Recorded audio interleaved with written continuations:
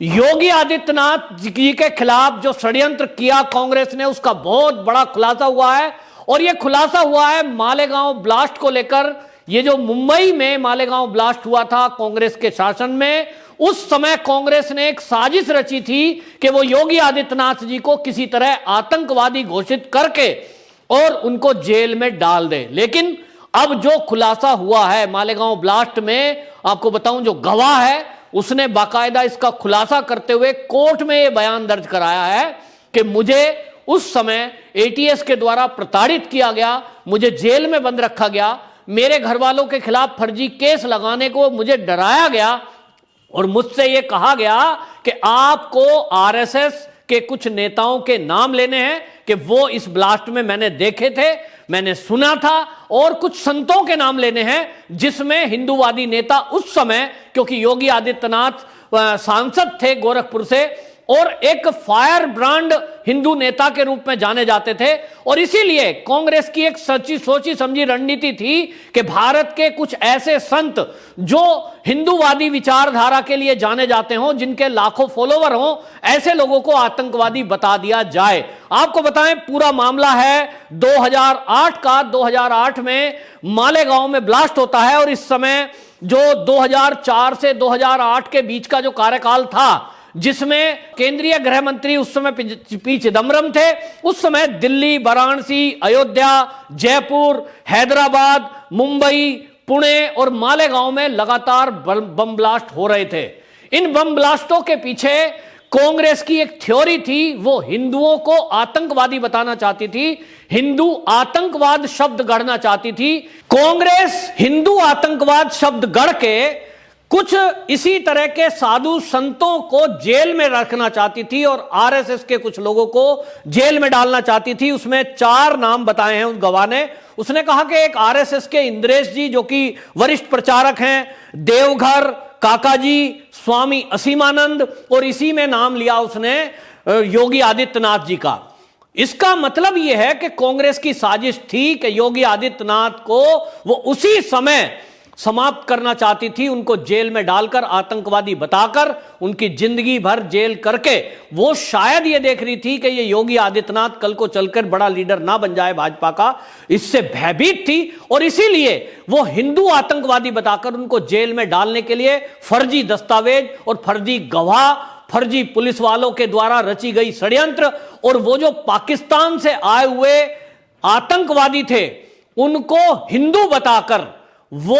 ये सिद्ध करना चाहती थी कि ये जो 26/11 के हमलावर हैं ये सभी हिंदू हैं, और इन हमलावरों के पीछे योगी आदित्यनाथ, स्वामी असीमानंद, आरएसएस के प्रचारक इंद्रेश और साध्वी प्रज्ञा जैसे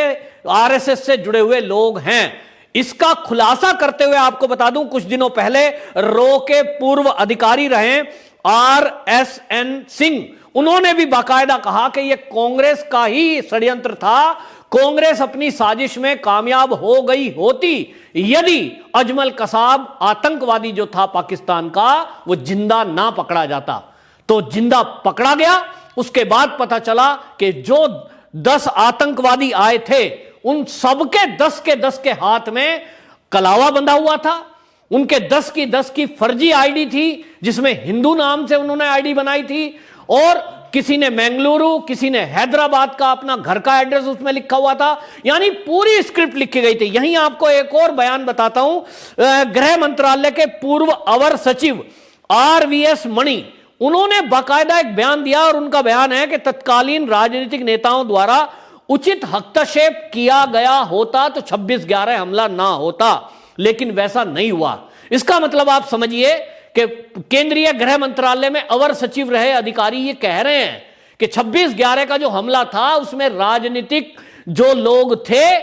उनके सहयोग से पाकिस्तानी आतंकवादियों ने भारत में प्रवेश किया। मुंबई के अंदर जब वो नाव से, क्योंकि समुद्र के रास्ते वो आतंकवादी आए थे, और जब वो नाव से भारत में प्रवेश कर रहे थे, उनके हाव भाव, उनके पास जो बैग थे उनको देखकर वहां मछुआरों ने बाकायदा पुलिस को इन्फॉर्म किया था कि हमने कुछ संदिग्ध लोगों को नाव से यहां आते देखा है जो मछुआरे नहीं हैं। लेकिन मछुआरों की इस खबर पे भी मुंबई की पुलिस ने कोई खबर नहीं करी, कोई उसने कार्रवाई नहीं करी। इसका मतलब यह था कि गृह मंत्रालय के आदेश पर, यानी कांग्रेस की केंद्रीय सरकार के आदेश पर, मुंबई सरकार को भी, मुंबई की जो सरकार है उसको भी यह निर्देश था कि आप इस मामले में कोई कार्रवाई नहीं करेंगे। एक षड्यंत्र था जिसका पिछले दिनों खुलासा हुआ, और पिछले दिनों एक जो मुंबई के पुलिस के कर्मचारी हैं उन्होंने बाकायदा खुलासा करते हुए कहा था कि उस समय जो एटीएस के यहां डीजी, एटीएस के जो डीआईजी थे उस समय परमवीर सिंह, उन्होंने अजमल कसाब का मोबाइल फोन भी गायब किया था। अभी यह खुलासा होना बाकी है कि यह सारा षड्यंत्र किसके कहने पर, कौन मास्टरमाइंड था। लेकिन जो लोगों के बयान सामने आ रहे हैं इसमें आपको बता दूं, पुलिस, मुंबई पुलिस के पूर्व कमिश्नर एक हैं राकेश मारिया, उन्होंने अपनी एक पुस्तक लिखी है लेट मी से इट नाउ, और उसके पेज नंबर 436 पर उन्होंने बाकायदा लिखा है कि यह जो सारा षड्यंत्र है यह हिंदुओं को आतंकवादी बताकर, और कुछ हिंदुओं के ऐसे लीडर जैसे योगी आदित्यनाथ जी हैं जो भविष्य में कांग्रेस को लगता था कि ये बड़े लीडर बन सकते हैं, ऐसे लीडर को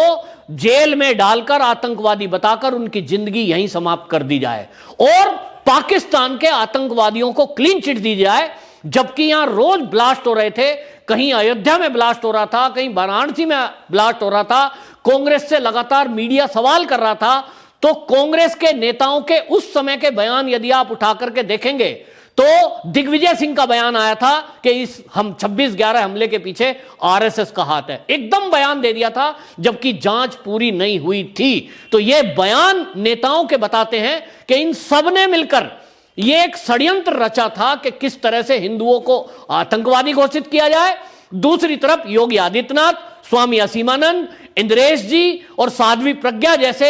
हिंदूवादी जो संत हैं, जो लीडर हैं, जिनके संबंध आरएसएस से हैं, आरएसएस को भी इसमें लपेट दिया जाए और आरएसएस को फिर इसी बहाने बैन कर दिया जाए। यह पूरी साजिश रची गई, और इस साजिश का खुलासा अगर ना होता कि अगर जो है वो अजमल कसाब जिंदा ना पकड़ा जाता, ये बयान का अब जो कोर्ट में जो ये मालेगांव ब्लास्ट का गवाह है जिसने अब ये खुलासा किया है, इसके बाद आपको बता दूं देश में भूचाल आ गया है। अब राजनीतिक में ये समझा जा रहा है कि इस मामले की तह तक जाना अब सरकार के लिए जरूरी है, क्योंकि जब आरोप कमिश्नर जो जिसको बनाया गया, आपको ध्यान है कि वो एटीएस में डीआईजी था परमवीर सिंह, जिसके ऊपर अब जो महाराष्ट्र की सरकार है बाकायदा वो कह रही है कि वो गलत आदमी था। तो सवाल ये उठ रहा है कि फिर उसको प्रमोट क्यों किया गया, उसको मुंबई का पुलिस कमिश्नर क्यों बनाया गया अगर वो संदेहपद व्यक्ति था। लेकिन लोगों का कहना यह है कि परमवीर सिंह को आतंकवादियों की मदद करने में और हिंदू आतंकवाद शब्द गढ़ने के लिए एनसीपी और कांग्रेस मिलकर जो षड्यंत्र कर रही थी, उस षड्यंत्र में शामिल होने का इनाम दिया गया कि उनको कमिश्नर बनाया गया। अब आप समझिए, एक व्यक्ति इस देश में यदि पाकिस्तान से आए हुए आतंकवादियों की मदद करता है, उसको मुंबई का कमिश्नर बना दिया जाता है, तो फिर वो कमिश्नर बनकर क्या क्या काम करता होगा। और इसीलिए जो आज ड्रग के बड़े बड़े पैडलर पकड़े जा रहे हैं, जो ड्रग का कारोबार मुंबई और महाराष्ट्र में फैल रहा है, उसके पीछे का कारण यह माना जा रहा है कि वहां पुलिस के अंदर जो लोग बैठे हुए हैं वो कांग्रेस ने अपने लोगों को वहां सिस्टम में घुसाया हुआ है ताकि ड्रग के कारोबारियों को कोई छेड़ ना सके। और ड्रग का कारोबार ये वो कारोबार है जिससे आमदनी जितनी होती है उसका हिस्सा आतंकवादी संगठनों तक जाता है। पाकिस्तान से आने वाले आतंकवादी उसी पैसे से पलते हैं। यह आपको बता दूं, इसमें कुल मिलाकर 218 गवाह थे इस केस में, जिसमें से 13 गवाह अभी तक मुकर चुके हैं। और ये गवाहों के मुकरने के बाद ही स्वामी असीमानंद छूटे, कर्नल पुरोहित छूट गए, साध्वी प्रज्ञा ठाकुर भी इसीलिए छूटी, और रिटायर मेजर रमेश उपाध्याय। ये कुछ नाम मैंने बताए जो गवाहों ने ये बाकायदा कोर्ट में आकर कहा कि हमसे तो जबरदस्ती कहलवाया गया। एटीएस ने हमारे ऊपर दबाव बनाया, हमसे झूठ बोलने को कहा कि आप कहिए कि इन आदमियों को हमने देखा अपराध करते हुए। इनके मुकरने के बाद अब यह बात तो सिद्ध हो गई है कि ये जो मुंबई की पुलिस ने, मुंबई की एटीएस ने ये 218 गवाह बनाए हैं, इसमें से कोई असली नहीं है, क्योंकि ये केस ही असली नहीं है। ये जो रो से जुड़े हुए आदमी हैं उनका तो कहना यह है कि उस समय की केंद्र में कांग्रेस की जो सरकार थी उसने जो पूरी स्क्रिप्ट लिखी थी, जो कुछ मुंबई पुलिस ने कुछ संदिग्ध लोगों को पकड़कर जेल में रखा भी था जिनके संबंध पाकिस्तान से थे, उन सबको छोड़ दिया गया, क्योंकि सारा फोकस एटीएस का केवल इस बात में लगा दिया गया कि आपको ये योगी आदित्यनाथ को, साध्वी प्रज्ञा ठाकुर को और आरएसएस के प्रचारक इंद्रेश को, इनको आतंकवादी बताना है। सारा फोकस उन पे कर दिया गया और इसके लिए हेमंत करकरे को बाकायदा निर्देशित किया गया, जो आज इस दुनिया में नहीं है। अगर वो जिंदा होते तो शायद इन्वेस्टिगेशन होती तो पता चलता कि वो कौन थे जिन्होंने ये कहा। लेकिन जिस तरह से रो के पूर्व अधिकारी RSN सिंह का बयान आया, उन्होंने सीधा सीधा कहा कि इसके पीछे कांग्रेस थी। इसी तरह गृह मंत्रालय के पूर्व अवर सचिव RVS मणि का जो बयान आया, इसके पीछे लगता है कि कांग्रेस थी। इसी तरह आपको बताऊं, मुंबई के पूर्व कमिश्नर जो रहे राकेश मारिया, जिन्होंने अपनी पुस्तक में बाकायदा ये बयान लिखा है कि हिंदू आतंकवाद शब्द को गढ़ने के लिए उस समय की सरकार ने ये साजिश रची थी। तो आप देखें कि ये तीनों चारों बयान, और अब जो कोर्ट में, एटीएस की विशेष कोर्ट में जो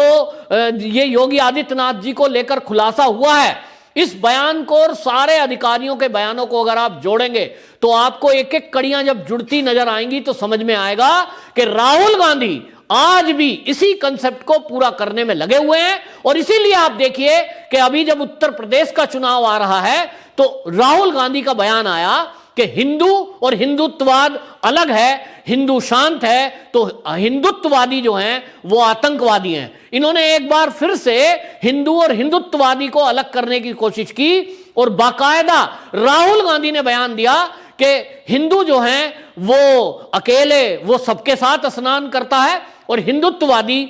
अकेले में स्नान करता है। और वो राहुल गांधी जो है इस समय नरेंद्र मोदी और योगी आदित्यनाथ दोनों को टारगेट करते हुए हिंदुत्ववादी सिद्ध करने की कोशिश कर रहे थे।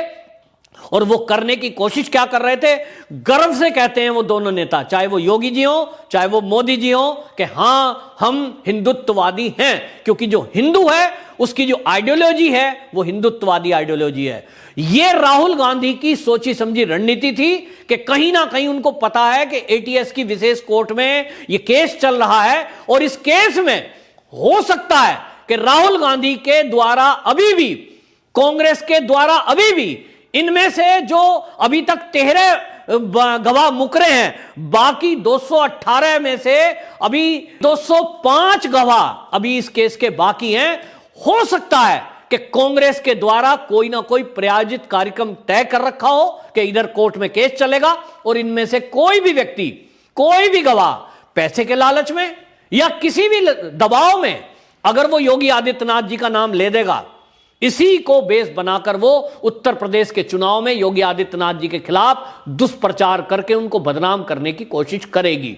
लेकिन आपको बता दूं, हुई है वही जो राम रचि राखा, और इसलिए कहा गया है ये संत हैं योगी आदित्यनाथ, और इसीलिए शायद गवाह की बुद्धि समझ ठीक में आई, उसको समझ आई होगी कि तुम क्या गलत करने जा रहे हो, और गलत कभी होता नहीं, सत्य की विजय होती है। और इसीलिए शायद इस गवाह को यह आया होगा कि वो ये खुलासा करे। लेकिन अब इस खुलासे के बाद कांग्रेस इस बारे में क्या जवाब देगी, देखना यह है। लेकिन इतना तय हो गया कि इस देश में कांग्रेस बहुत बड़े षड्यंत्र करके इस देश को बर्बाद करने में कब से लगी हुई है। अगर पाकिस्तान से आए हुए आतंकवादी यहां आकर 26/11 को अंजाम देते हैं, देश के कई शहरों में बम ब्लास्ट करते हैं, सीरियल बम ब्लास्ट मुंबई के अंदर होता है, और वो उन आतंकवादियों को, बम ब्लास्ट करने वालों को बचाने में लगी हुई है, और यहां के हिंदुओं को बदनाम करने के लिए एक थ्योरी गढ़ रही है जिसमें उसके नेता आकर बयान देते हैं,